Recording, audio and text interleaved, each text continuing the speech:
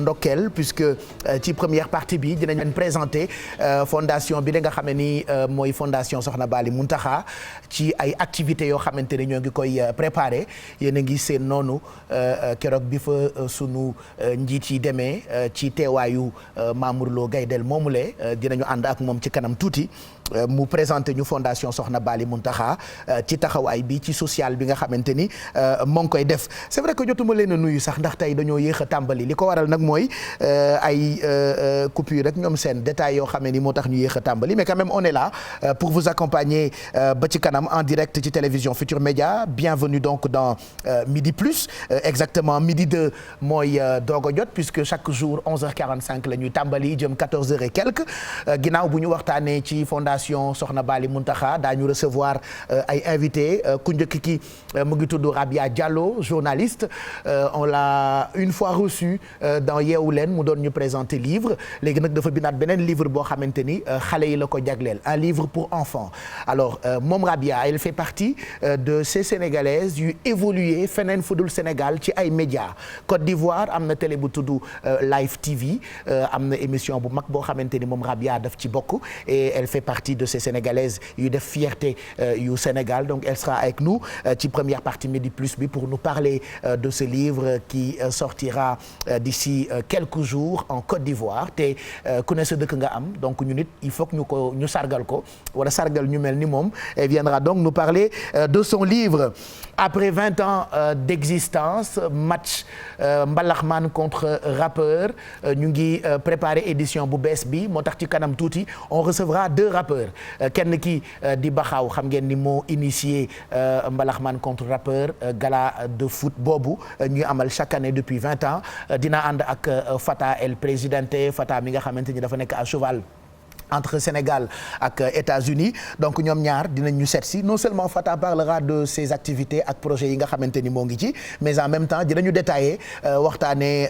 match mbalaxmaan contre rappeur nga xam ne ñoo ngi koy préparer donc Baxaw sera avec nous ak ki nga xamante ni moo di Fata ce sera en deuxième partie d'émission et puis dinañu ñëwaat léegi nii ci campagne bi nga xam ne ni Descos tàmbali na ko fan yële jëm ci désencombrer voirie publique bi gis ngeen ni ñu bëree ngi naqarlu surtout ñu yëngu ci wàllu publicité le fait que ñuy def démolition massive de ces panneaux publicitaires ñi yëngu nag ci wàllu publicité ñoom nee ñu d'accord nañu ci combat wu Descos mais quand même yàq bi ñuy yàq seen i yëf loolu rafetlu wuñu ko benn yoon dinañu déglu ki nga xamante ni moo di Abdoulaye Thiam ay kàddoom nag jot nañ koo déglu tey ci suba ci RFM matin ak équipe yu Babacar Fall et puis ci ëllëgug violence yi nga xamante ni ñoo fi am bërki démb delluwaat nañu Tëngéej lépp nga xewe woon ca stade Ngalandou Diouf ña fa dëkkee nag fi mu ne danoo xaw jaaxle ndaxte ñàkkum karange gi am ci seen gox boobule daf leen tere nelaw on a rencontré quelques personnes qui vivent dans ce quartier ñoom seenuk njàqare ak seenuk tiit ci ñàkkum karange gi ci gox boobule ñu ngi ci alerter autorités yi et puis on reparlera de ce fameux variant ñu tuddee ko Omicron nga xam ni dëkk yi ibbi woon commencé waat nañu tëj démb sax jot nañu waxtaan ak ay spécialistes yoo xamante ni fekk nañu leen fi nga xamante ni moo di Institut Pasteur ñu ñuy xamal ni oui variant bu existé la mais jarul woon sax tëj ay frontières li war autorités yi ak waa réew mi rek mooy kenn ku ci nekk gën a farlu ci mesures barrières yi on va parler donc de ce variant bu weesoo ñoom ñiy liggéey ci wàllu kër docteur ñi nga xam ne ni ñooy yëngu ci wàllu tourisme actuellement dañoo jaaxle ndax nag Covid bi déjà dafa def ay ravages bu ñu demee nag ba beneen variant am ba ñu war a tëj ay frontières tourisme bi dafay gën a sooxe dafay gën a gàllu goose donc ñoom def nañu alerte on les a rencontrés à Saint-Louis c'est des acteurs yoo xamante ni ñu ngi yëngu ci wàllu tourisme seen ay témoignages ak li nga xam ne ni xalaat nañu ko ci seenu njàqare jëm ci variant bile tax daanaka tourisme bi di gën sooxe dinañ leen déglu bu ca kanamee ci reportage boo xamante ni dañ ci ànd ak Ousseynou Diop donc en gros c'est ce qui vous attend tey ci Midi Plus bi c'est le grand talk show de la pause cocktail bi ma fàttaliwaat leen ko information la ak divertissement et puis on retrouvera Mamadou Ndiaye moom moo ñuy wax li nga xam ne ni actuellement moo lëmbee internet li xew biir internet moo xam réseaux sociaux yi wala sax site internet yi on parlera entre autres de ce fameux communiqué du ministère du commerce jëm ci luyaas bu seer bi nga xam ne ni moom la sénégalais yu bëri di dund am na loi boo xamee ni gis nañu ko ci communiqué bi loolu nag jur na polémique daanaka ci réseaux sociaux yi on va retrouver ca kanam Mamadou Ndiaye pour xalaatuk internautes yi et puis WhatsApp ak message éphémère yi mën na bañ a éphémère il nous explique tout ça bu ñu tàmbalee li nga xamante ni moo xew ci internet et puis nan ngeen mën a def ba télécharger vidéo soit sur Twitter wala ci Facebook Mamadou Ndiaye dina leen defal ca kanam mode d'emploi bi et puis entre autres rédaction bu télévision Futurs Médias comme chaque jour dinañu teew ci biir émission bi pour présenter ñu journalu wolof bi en attendant ñu fàttaliwaat leen ni ñu ngi ànd ak Orange nag dafa jagleel client am yu am solo surtout que seen calpe Orange Money fi mu ne dafa wàcc ba zéro donc mën ngeen a profité ci weer bi nga xamante ni weeru teranga la ko Orange tuddee y a beaucoup de promos yoo xamante ni ça peut toujours vous faire plaisir yéen ñiy jëfandikoo calpe Orange Money et puis ma fàttaliwaat leen ni seen calpe Orange Money désormais di ngeen am possibilité même bu fekkee da ngeen di nekk abonné ci beneen opérateur di ngeen mën a ubbi seen calpe Orange Money une fois ngeen téléchargé application bi et puis ñu ngi ànd itam ak Sucria sukkaru jabet la bu baax boo xamante ni même ku jabetul mën na koo jëfandikoo ñoo ngi ko defaree xaal ak poire ba noppi itam dafa am qualité ba pare suukar la bu dul gaañ yéen a ngi koy gis nii ci suufu écran bi dafa bleu xàmmee leen ko ñoo ngi koy jaay ci bépp grande surface donc Sucria la ñu àndal ci midi plus bi et puis bu leen fàtte itam période bi période cadeau la soit pour yéen ñu yore entreprise bëgg a jox cadeau seen doom yi les enfants du personnel avec vos cérémonies ou événements d'arbre de Noël je vous conseille ngeen dem fi nga xamante ni moo di Soumari lépp loo xamante ni soxla ngeen ko ci wàllu téléphone portable électroménager bagaasu kër wala bagaasu bureau mën ngeen ko am soit ci showroom yi nga xamante ni ibbi nañu ko wala ngeen dem ci seen site internet di www.soumari.com y a même numéro de téléphone yi mu ngi ci suufu écran bi bu ngeen wootee ba dem ci showroom yi mën ngeen fa fekk loo xamante ni mën na baax ci yéen donc regardez tout ce que vous voyez ci suufu écran bi moo xam téléphone portable micro-ondes machine à laver mobilier de bureau lépp rek Soumari daf koy jaay et actuellement dafa tàmbali di def li nga xam ne ni mooy promo fin d'année puisque ñu ngi ci fin d'année tey déjà le 8 décembre donc décembre voilà dafay neex parce que bis bu jot dañuy dund ambiance de jour de fête sànq nag maa ngi wax ni dinañu leen présenter li nga xam ne ni moo jëm ci fondation Soxna Bali Muntaxa boobu nag ba tey fondation bi ci taxawaayam mu ngi ànd ak sénégalais yu bëri di leen dimbali di def social ci kanam dinañu déglu ki nga xamante ni moo di Serigne Ahmadou Badaw Mbacké mu am explication yu mu génnee jëmale ko ci fondation Soxna Bali mais d'abord j'aimerais ñu déglu explication yi ci teewaayu Soxna Bali Muntaxa ci boppam ak ki nga xamante ni moo di porte-parole am di Mamour Lo moom it mu expliquer ñu tuuti ci fondation Soxna Bali laata ñu leen di présenter activités yi nga xamante ni fondation bi prévoir na ko fii ak janvier. waaw li ñu ciy dolli rek mooy gannaaw da ngeen a ñëw di ay soppeem te yéen ñëpp ngeen bëgg ko te bëgg ngeen ko bëgg dëgg la naam surtout Sëñ Tuubaa la. dëgg la di liggéeyal Soxna Jaar liggéeyal Sëñ Muntaxa waaye nag jikkooy boppam ngeen ko bëgg. te jikkooy boppam boobu dara jublu jiituwu ci lu dul. mbaax gu mu am ci nit ñi ak ouverte gu mu ubbeeku ci jëmmu boppam ak laabiram akuk tabeem ak mën a dimbileem dëgg la loolu taxoon ngeen sopp ko nag sopp googu moom la fexe di xool nu mu ko yokkee ba tax mu dem ba nam daan taxawee ci di dimbali nit ñi ak néew di doole yi dem ba jëmmi boppam rek da ko caa doyatut ba tax mu créé fondation boo xam da ko tuddee fondation Soxna Bali Muntaxa daa dañ ko ne woon orphelins et pauvres trouvent en elle refuge xénophobie bannie de son dictionnaire noblesse innée dans l'acte et le langage à la grande dame généreuse comme la mère Bali Muntaxa la pieuse. Soxna Bali Muntaxa fondation Soxna Bali Muntaxa. léegi bu lu mel noonu amee. gox liggéey boobu mu ko doon defal boppam. muy tas ba ñu dem ba jirim yi ak baayo yi. dem ba di ko tagg ci dimbali gu mu leen dimbali. ak orphelinat yi ak daara yi.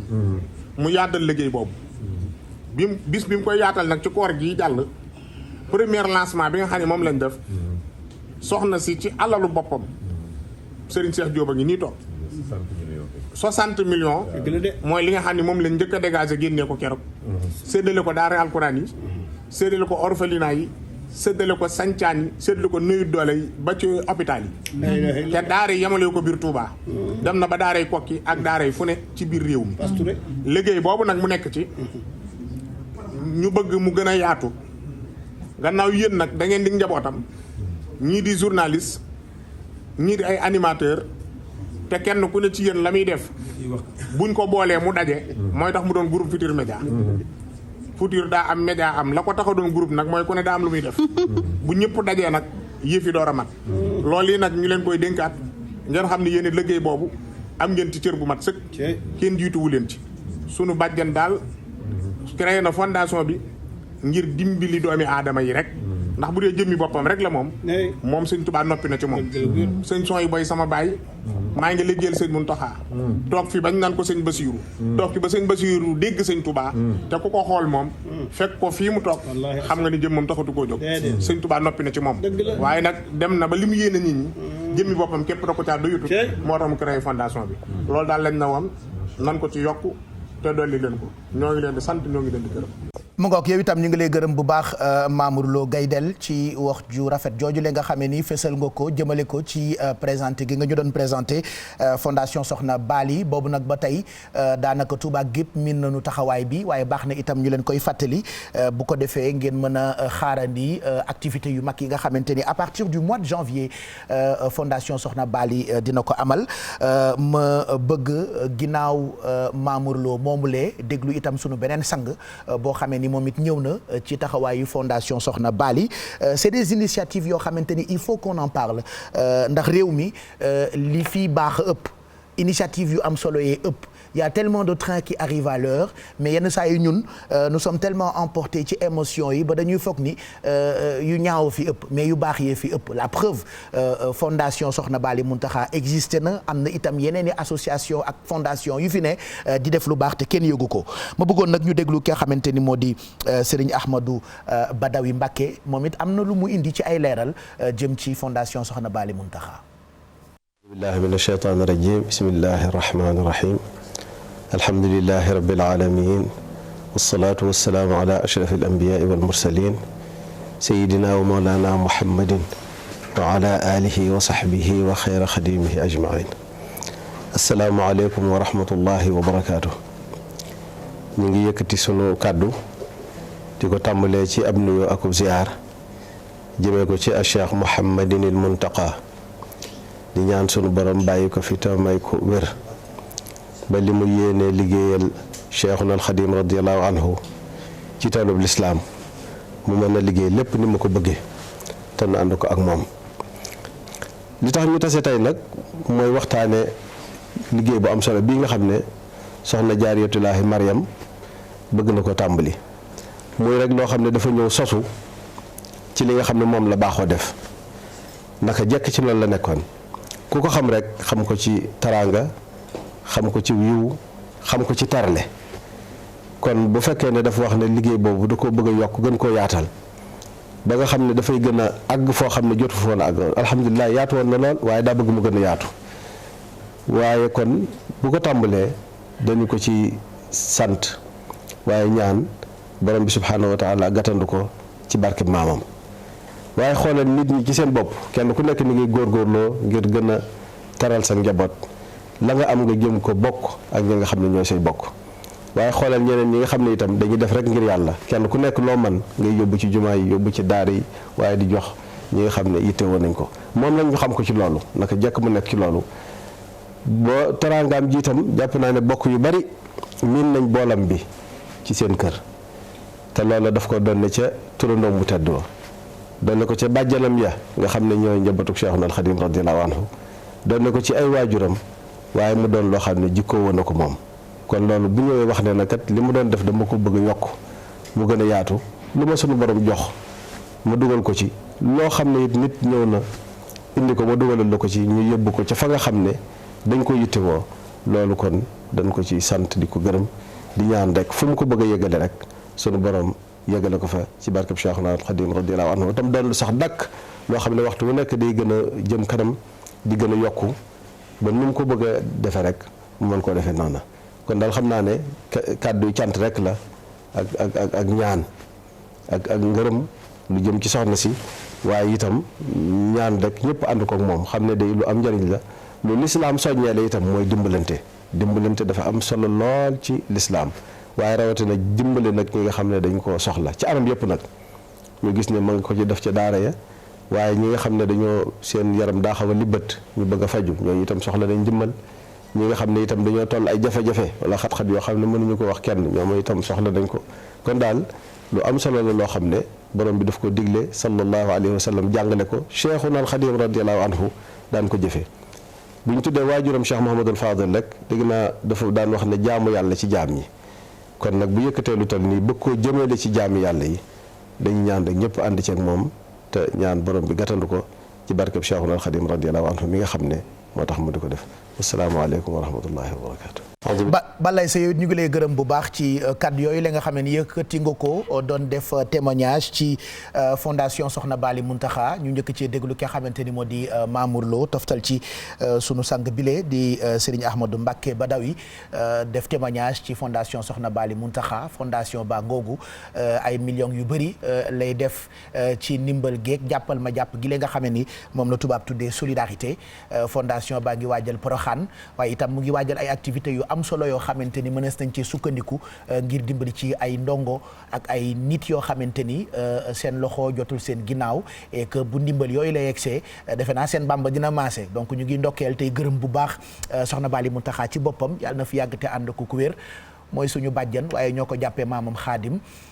digganteem ak ku tedd ki kenn rek ci dox taxawaay bi nag bu weesoo fondation bi ñun ñëpp yëg nañu ko ndax loxoom day ñëw xalaatam day ñëw ay ñaanam di ñëw te ñu nit ci ambassadeuru fondation bi la ñu bokk moo taxoon tey rek ñu ibbi ci parenthèse defal leen ci présentation bu ndaw en attendant ñuy détailler activités yi nga xamante ni fileeg janvier dinañu ko gën a yokk ñu ngi ndokkeel itam le plus jeune directeur Birane Ndour ci taxawaayam moom it gis nañu ni bokk na ci njabootu Soxna Bali Muntaxa waaye yoon la akuk taalibe la ci ndeyam ab taalibe ci baayam moo tax taxawaay bile bu ko defee ci digganteem ak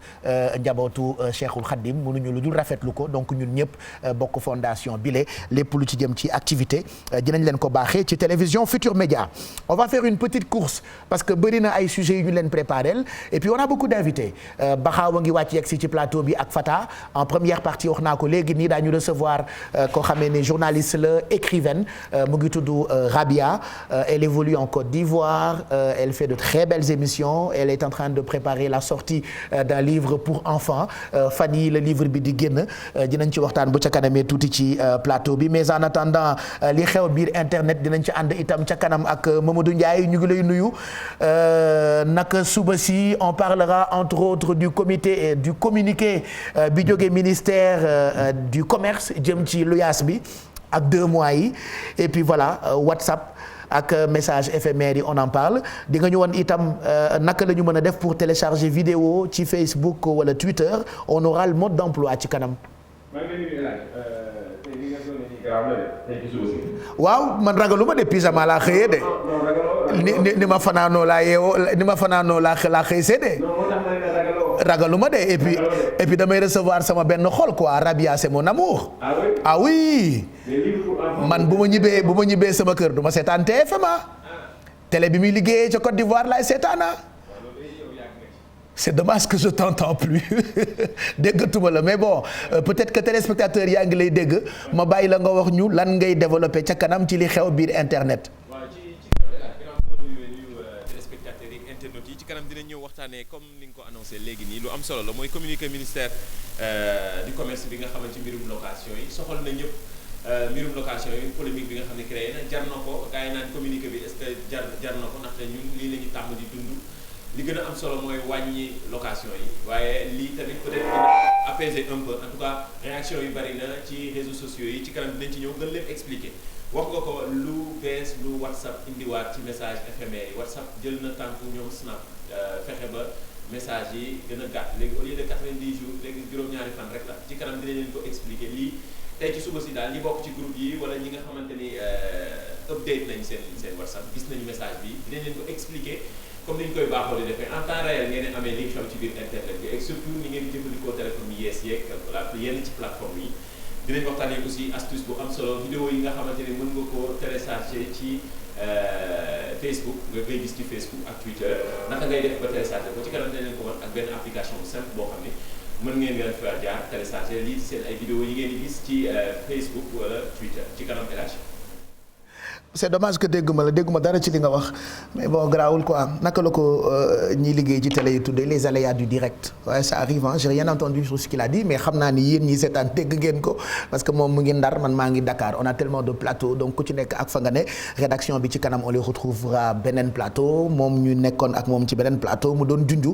li nga xam ne ni moom lay développé ca kanam ci li xew biir internet merci Mamadou Ndiaye. Puisque je vous cache rien on a eu une coupure d'électricité tey ci suba ah je me suis même dit que woyofalu TFM bee jeex moo tax courant yi coupé on devait commencer l'émission à 11h45 mais midi lañ ko commencé parce que courant bi dafa coupé woyofal bee jeex et puis du suñu sac kii toog sama wet ci télé bu mag la jógee Côte d'Ivoire on peut vous montrer ce qu'elle fait sur une chaîne de télé bu nekk Côte d'Ivoire Rabia s'appelle-t-elle on va lui poser quelques questions dans quelques instants mais Rabia xoolal lii nekk Côte d'Ivoire di décrypter ah arrête de décrypter l'actualité am nga lu la doy sa dëkk dañoo am ay mbir ci wàllu politique viens décrypter pour nous elle est avec nous ce midi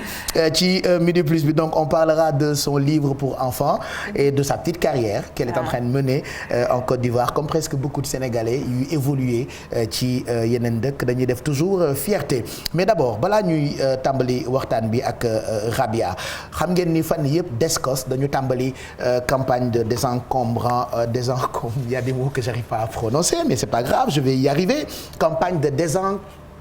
désencombrement de la voirie publique ñoom nag nee ñu dañu war a jàpp ci toppatoo alam bi environnement maanaam et que bëri na ci ay panneaux publicitaires yoo xamante ne ñoo ngi koy déjjati waaye ñiy yëngu ci wàllu publicité ñu tuddee leen ay publicitaires ak seeni panneaux ñoom ñu ne d'accord nañu ak Descos ci combat boobule waaye le fait que ñuy yàq seen ay panneaux ça ne les arrange pas du tout loolu moo tax ñu seq waxtaan ak ki nga xamante ni moo di Abdoulaye Thiam mooy président bu APRP moo nekkoon invité RFM matin ñëwaat na ci campagne boobule ak seen taxawaay ak seen xalaat ci façon bi nga xamante ni Descos moom la koy amalee fan yii yëpp. Une semaine ñu ngi vivre coono yu metti yi nga xamante ne moo aaju ci désencombrement bi nga xamante ne ministère de l'urbanisme moom la démarré ci axe aéroport Patte d'Oie aéroport Almadies et ensuite la Corniche donc comme ni nga ko waxee donc ñun loolu mu doon loo xamante ne yàgg nañ koo jooytu ci encombrement bi nga xamante ne am na ci voie publique bi waaye lii ñu seetlu fan yi daanaka ak yàqate la yàqate yooyu nag la ñuy ñaawlu parce que loo ci mënti dégg donte panneau yi ay weñ la panneau yi ay verre la panneau yi matière bu mu mënti doon daanaka alal la te yàq alalu jàmbur daanaka dafa baaxul rawatina mu jógee ci nguur loolu la daal ñu ngi koy ñaawlu bu baax a baax. que ñun depuis 12 ans ñu ngi alerter nguur gi alerter collectivités territoriales yi alerter AGEROUTE alerter ministère de l'urbanisme bind nañ leen du benn du ñaar ñun suñu xeex pour désencombrement pour ñu respecter voirie bi jéem a xool distanciation panneau yi mi ngi dajee sa ba Mbagnick Ndiaye nekkee ministre de la communication kon xam nga ne yàgg na donc bi si topp mooy ñii fi nekk actuellement ñoom ñëpp bind nañ leen wax nañ leen ba ci ministère de la communication bi nga xamante ne mooy bànqaas bi nga xam ne moo ñu njaboote ñun wàllum communication donc bind nañ leen ba fii may wax ak yow nii ñu ngi ci avant projet de loi pour le code de la publicité donc loolu moo xeex la boo xamante ni yàgg nañ koo xeex mais nguur ñi dañu ci toppul. waaw donc Abdoulaye Thiam moo jiite APRP doon indi ay explications ci campagne de désencombrement voirie publique bi nga xamee ni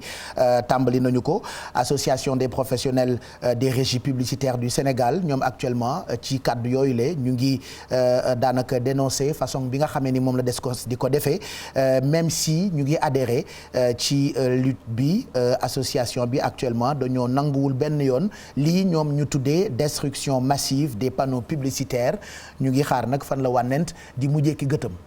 voilà ginnaaw violence yi amoon Tëngéej ñëpp naqarlu ko après làmb ji nawetaan bi boobu nag ba tey moo xam réseaux sociaux yi grand place yi partout tout le monde en parle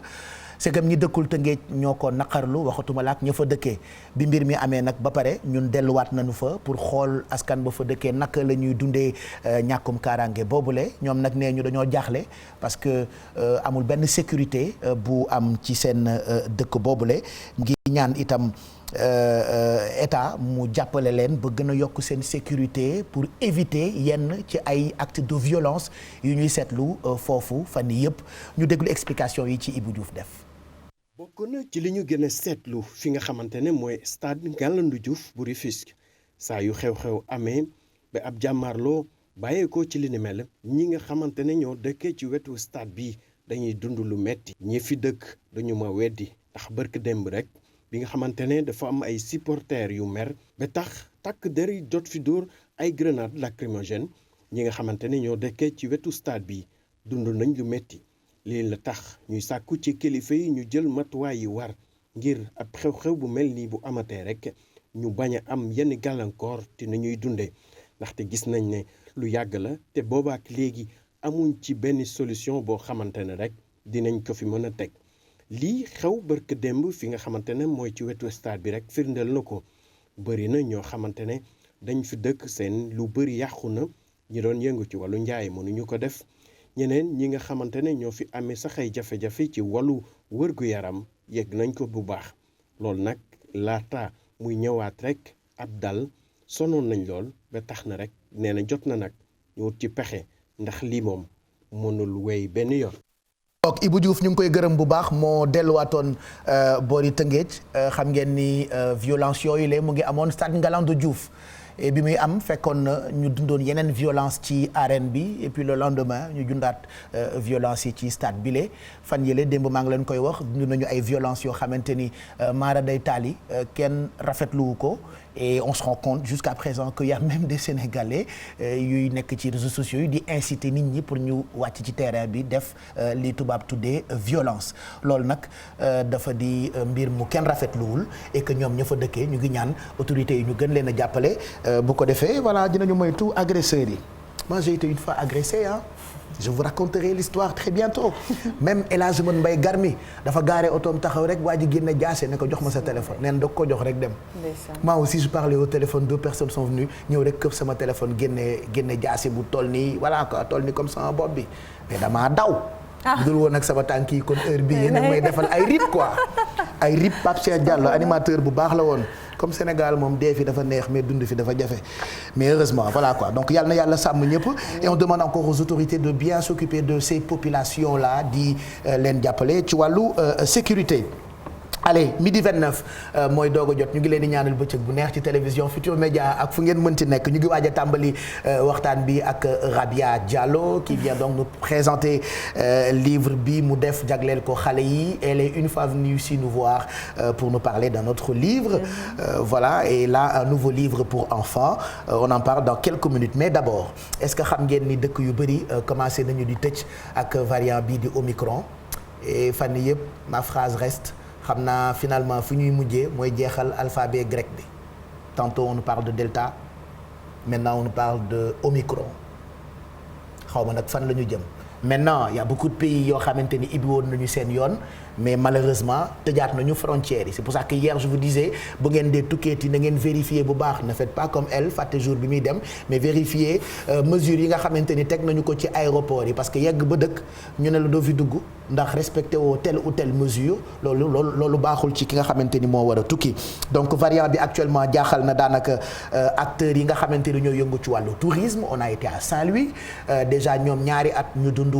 Covid bi ils n'ont pas eu de clients ils n'ont pas eu de touristes loolu nekk lu jafe woon pour ñoom bu ñu demaatee nag ba amaat yaakaar ni touristes yi war nañu mën a ñëw et que ñoom mën nañu am xaalis pour jaay destination Sénégal à un moment ñu leen am na variant bu bees et que les touristes ont peur de voyager loolu dafay gën a yàq seen liggéey on en a rencontré quelques-uns ñu déglu seen ay kaddu ak témoignages yu ñu am ak seen njàqare ci micro Ousseynou Diop.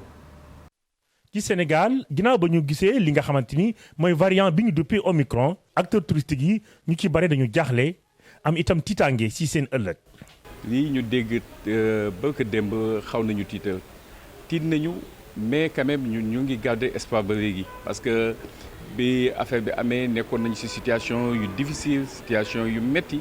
mais avec les autorités les populations. ñoom ñi nekk ci diwaanu Ndar Géej ñaari at daan nañ koy toog liggéeyuñu la ko waral nag di Covid 19 bi waaye nag ginnaaw ba ñu lancé woon saison touristique bi ñu ci bari ci ñoom amoon nañu yaakaar waaye nag seen yaakaar googee ci seen i kaddu dafa yàkkeeku te li ko waral mooy variant Omicron bi. c'est woon di am ay bunt yu nu mën a génnee ci situation bi passé nii ak pandémie bi amoon ay xel yu rafet noonu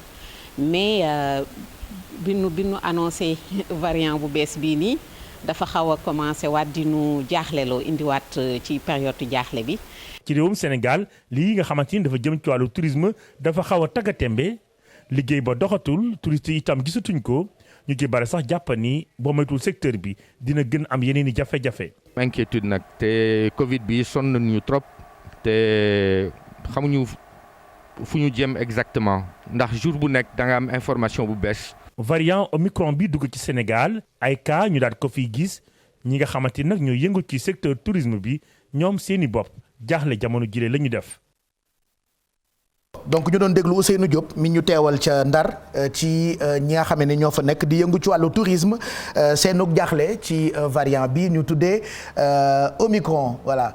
warula empêcher voyager toi tu dois retourner en Côte d'Ivoire. Je dois retourner en Côte d'Ivoire mais c'est vrai que tiitoon naa de. Il y a de quoi avoir peur en fait. bi ma toogee ba dégg ne y a eu 3 nouveaux cas à la radio j'ai eu peur je me suis dit j'espère que du ma war a ñibbi ñu téye ma fi. xam nga surtout que bu benn cas amee ci dëkk rek dëkk boobu après dafay nekk dañ leen di marginaliser xam nga c'est vrai. loolu la et puis depuis un moment ñi nga xamante ne dañuy jógee Sénégal ak Côte d'Ivoire ils sont systématiquement dépistés. c'est-à-dire boo jógee Sénégal même bu fekkee def nga test bi ak vaccin bi on te dépiste à l'aéroport. Il y a une salle qui a été aménagée spécialement que pour les personnes qui viennent du Sénégal. D'accord. Mais c'est pas valable pour toutes les nationalités mais sénégalais ici lañu bokk depuis qu'il y a eu la dernière crise de Covid. Oui parce qu'on a eu tellement de cas il y a eu beaucoup de morts donc il y a de quoi avoir peur quoi. Est-ce qu'en Côte d'Ivoire quand tu voyages booy ñëw par exemple Sénégal da ngay fay pour def test Covid bi. da ngay fay au début c'était 50 000 léegi wàcce nañ ko ba 25 000 waaw. ok Sénégal da ngay fay. C'est les mêmes dispositions. Mais nous aux États-Unis on paye pas quoi. Gis nga. On paye rien. J'adore les pays développés.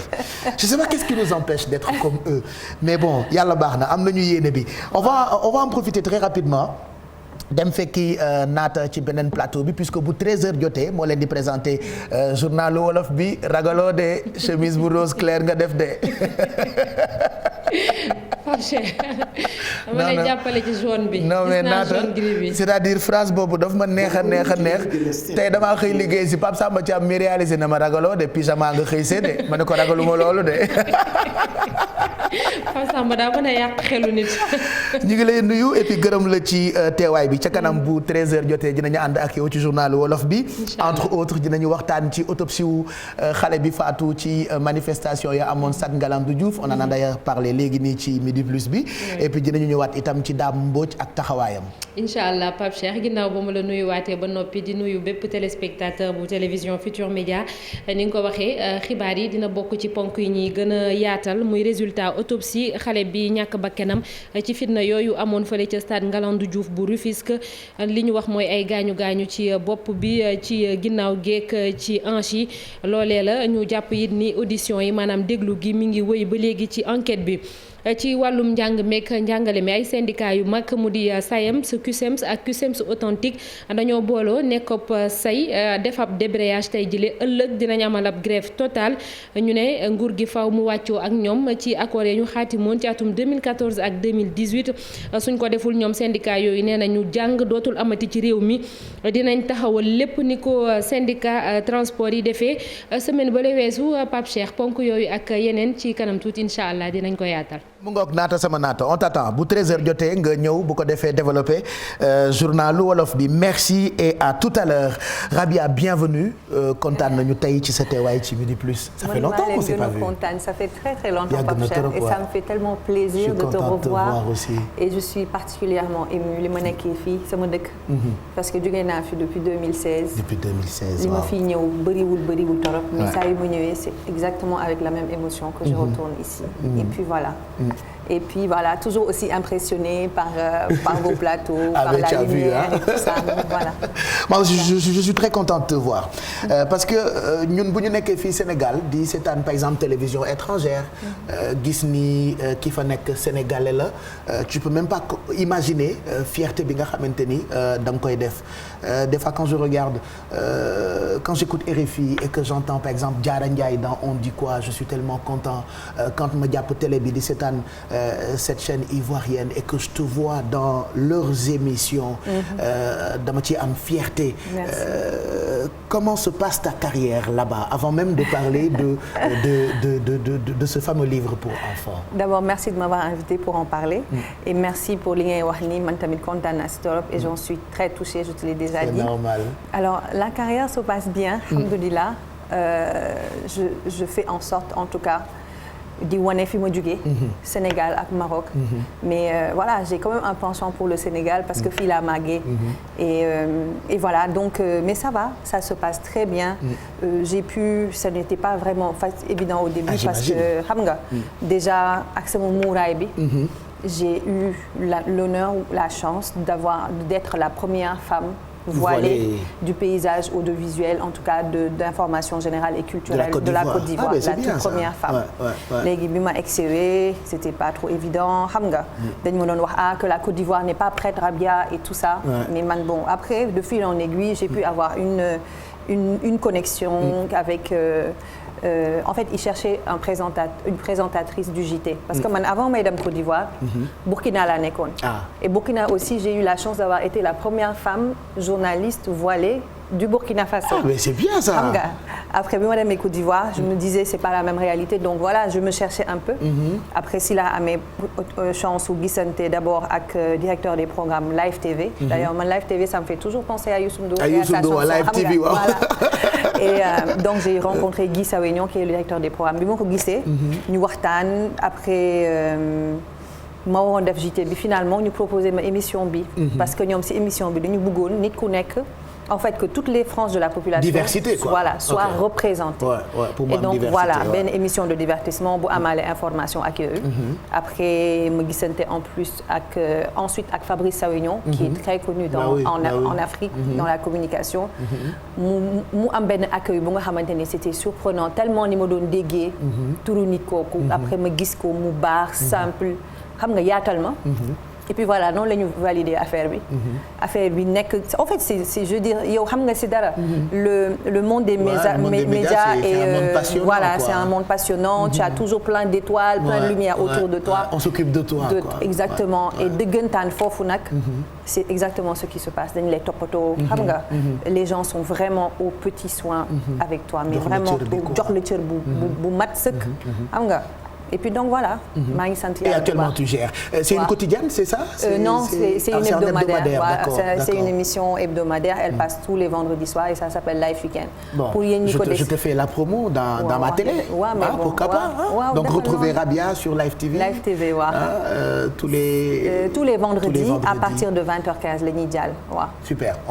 On continue de regarder. Mais tey da nga ñëw seet si ñu pour qu'on parle de ton livre pour enfants. Ce sera ton deuxième livre. Le premier, on en a parlé une fois dans Yeewu Leen. Tu es reparti, tu as écrit encore. Ça t'a pris, il paraît, beaucoup de temps pour faire ce livre. En fait, ce qui s'est passé, c'est que moi, j'ai un roman qui est en train de dormir quelque part et qui s'appelle Dunia. Donc, bi ma ko parewee ma dem dugg ci benn groupe WhatsApp de femmes. Acte professionnel ma ne leen voilà damay seet benn éditeur. Léegi j'ai eu 3 retours. Ces 3 retours yooyu j'ai fait la connaissance ak sama éditrice. qui est une maison d'édition qui s'appelle Nimba. Mais en fait Nimba, je pensais que c'était Simba. Non, c'est Nimba, édition Nimba, mais édition Nimba, filiale maison d'édition Editis là. C'est une des plus grandes maisons d'édition au monde. Et c'est appartient au groupe de Canal+. D'ailleurs. Léegi. Chez mon ami Bolloré. Voilà, léegi nag bi ma la dame elle s'appelle Sarah. mu dugg contacter ma ne ñoom dañuy wut ay talent pour écriture jeunesse. Est-ce que ça m'intéresse? ma ne ko waaw pourquoi pas. Après mu ne ma waa est-ce que mën nga bind dara nga jox ñu. ba bind ñu jox ma condition yi ma ne bon ok pour une page et demie. xam nga war si mën a am dara ma ne ok et puis ma inspiré wu histoire sama benn histoire u doom. sama caat bi xam nga.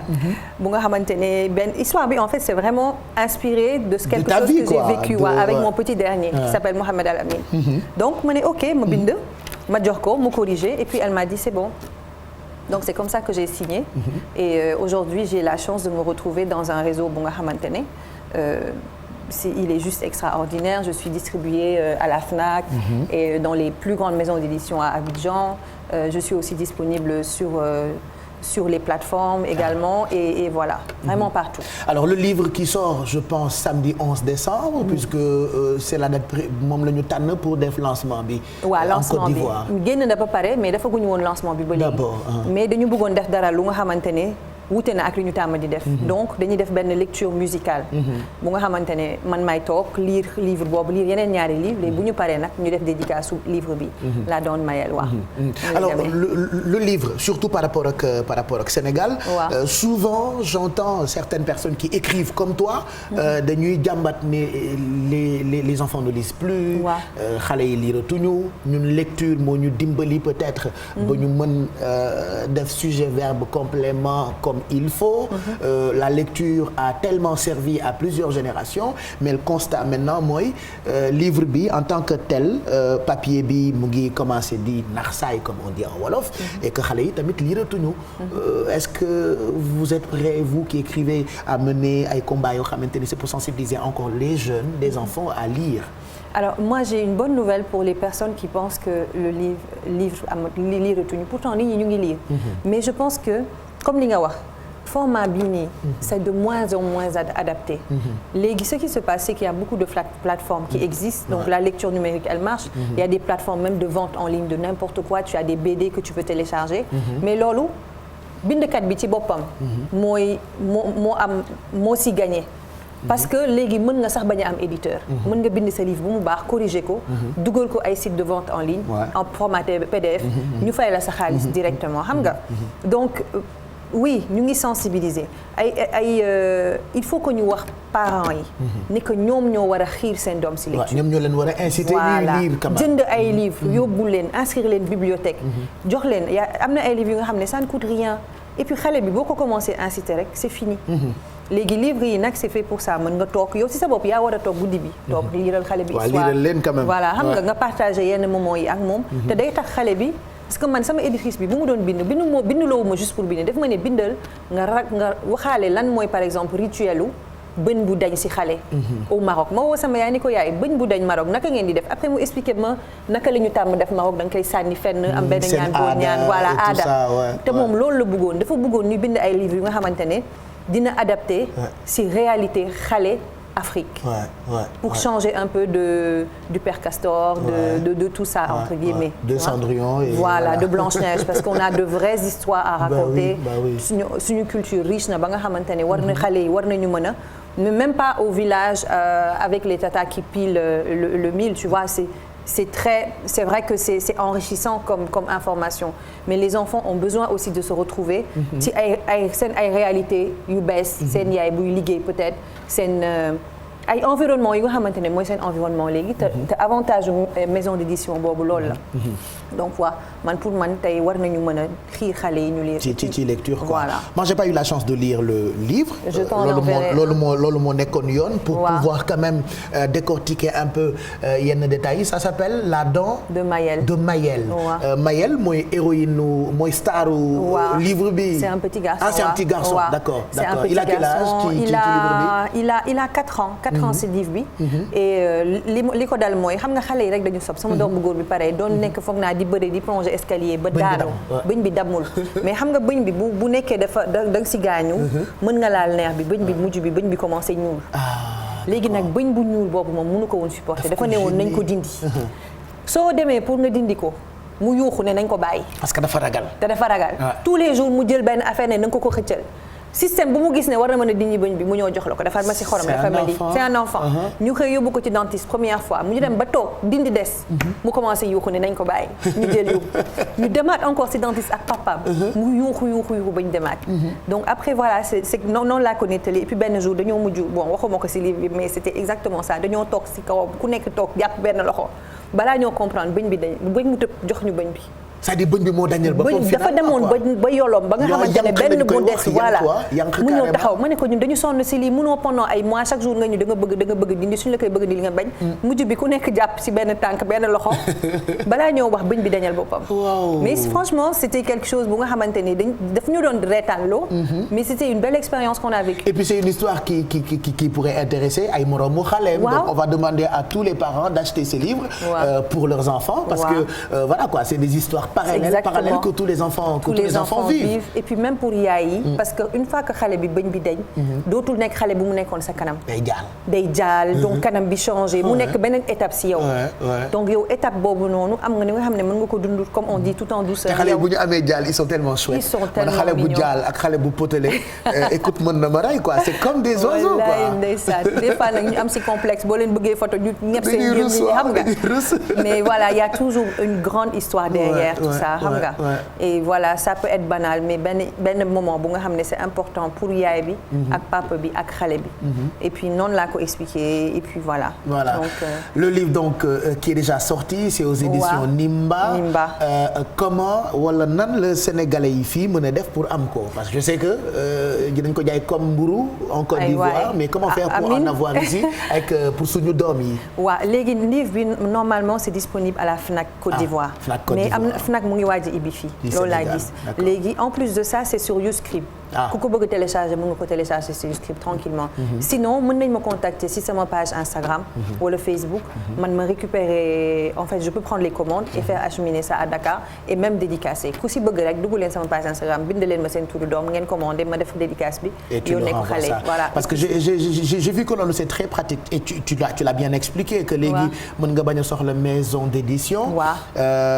moi j'ai une grande amie que tu dois connaître Zoubida que j'embrasse je connais très bien moi aussi je lui passe son premier livre écoute livre bi def na tour du monde et pourtant elle est restée au Sénégal ku ko soxla France États-Unis tu commandes et puis ñu jox ko genre GP mu dem yóbbu ko je pense que cette possibilité aussi on peut l'avoir avec ce livre là et Nimba est en passe d'être même de venir s'installer ici mais je veux dire aujourd'hui c'est une option de pouvoir distribuer ce livre là au Sénégal parce que je suis sénégalaise mais c'est en train d'être étudié mais dans tous les cas c'est disponible à la Fnac pas sûr que ça soit disponible à la Fnac Cap Nord mais dans tous les cas sur Youscript c'est international mën nga ko commander mais encore une fois ku bëgg version papier bi mën nga ma ko wax ma récupérer sa commande dédicacer le livre bi yónnee la ko Dakar sans problème voilà et puis on va demander aux personnes qui nous regardent depuis la Côte d'Ivoire que le 11 décembre tu seras ci Fnac bu Cap Sud à partir de 10h. De 10h Inch'Allah pour la lecture musicale et la cérémonie et la séance de dédicace du livre c'est une belle idée cadeau ku bëgg a jënd sa doom cadeau Noël jëndal ko livre mu lire xam voilà il le faudra merci d'être passé merci beaucoup de m'avoir invité c'est vraiment un honneur et un plaisir comme d'habitude gis la ba pare ñëw ci plateau bi fii et ça me fait plaisir de pouvoir wax sama làkk xam nga wax wolof bi xam nga wolof bi dafa neex de des fois ma fàtte sama bopp ca baxal ay mots wala foofu mais tu vois fii dafay nekk lu nga xam ne dama koy namm te xam nga ñun Sénégal nous sommes un peuple à part c'est-à-dire les autres pays africains souvent ñoo bokk façon bu ñuy waxee ñoo xaw a bokk accent en Côte d'Ivoire par exemple voilà ils ont leur propre français donc ñoom ñëpp mën nañu déggante mais nous autres on a notre wolof à nous on a notre franc wolof à nous quoi genre comme je parle comme ça et ça certainement ça te manque ça me manque énormément damay taxaw ci mbedd bi jékki-jékki dégg ay nit làkk wolof ma tourné xool parce que da ngay fàtte sax ne maa ngi Dakar xam nga mais c'est vrai que namm naa loolu namm naa ambiance Sénégal namm esprit bi non inchallah te maa ngi ñëw dinaa gën a ñëw inchallah merci en tout cas Rabia merci d'être passé nous voir donc je rappelle que livre bi c'est aux éditions Nimba le livre donc est disponible allez sur Instagram def recherche Rabia s'appelle-t-elle ou faites Live TV Côte d'Ivoire vous verrez son visage et puis compte yi nga xamante ne am na ko ci réseaux sociaux yi ça vous permettra de commander peut-être et puis le livre dina leen parvenir ngeen mën ko jox seen doom yi ñu lire ko donc merci en tout cas pour ce passage 12h50 mooy doog a jot on va t'accompagner ak extrait wu dernier album Youssou Ndour mbalax la ko tuddee y a une belle chanson mu tuddee ko ndox way la bu neex boo xamante ni moi j'adore parce que c'est une chanson qui fait chavirer des cœurs ma may ko Rabia mu delluwee ko Côte d'Ivoire je vous l'offre aussi je sais que yéen a ngi préparé grand bal 25 décembre ak 1er janvier 25 décembre déjà ñi fi ne ñëpp ñu ngi naan bu leen kenn ñaan billet parce que ñun amuñu billet bu ñu mayee donc teel leen a def seen ay réservation il y a déjà spot publicitaire bi avec tous les numéros de téléphone qui peuvent vous permettre ngeen def réservation yi donc on vous offre cette bien belle chanson interprétée par Youssou Ndour ndox la ko tuddee toujours su may wax ndox sama xel day dem ci mool mais ñaari woy yu bokkul la Youssou mi ngi woon France 24 bërki démb ci seen ñaari version chaîne yëpp moo xam bu anglais bi wala bu français bi expliqué na en détail naka la liggéeyee album bi si vous avez envie de regarder entretien boobu mën ngeen dem sur YouTube certainement ci chaîne bu suñu ay confrères yu France 24 mais en attendant on vous offre ndox Youssou Ndour Super Étoile extrait de son dernier album Mbalax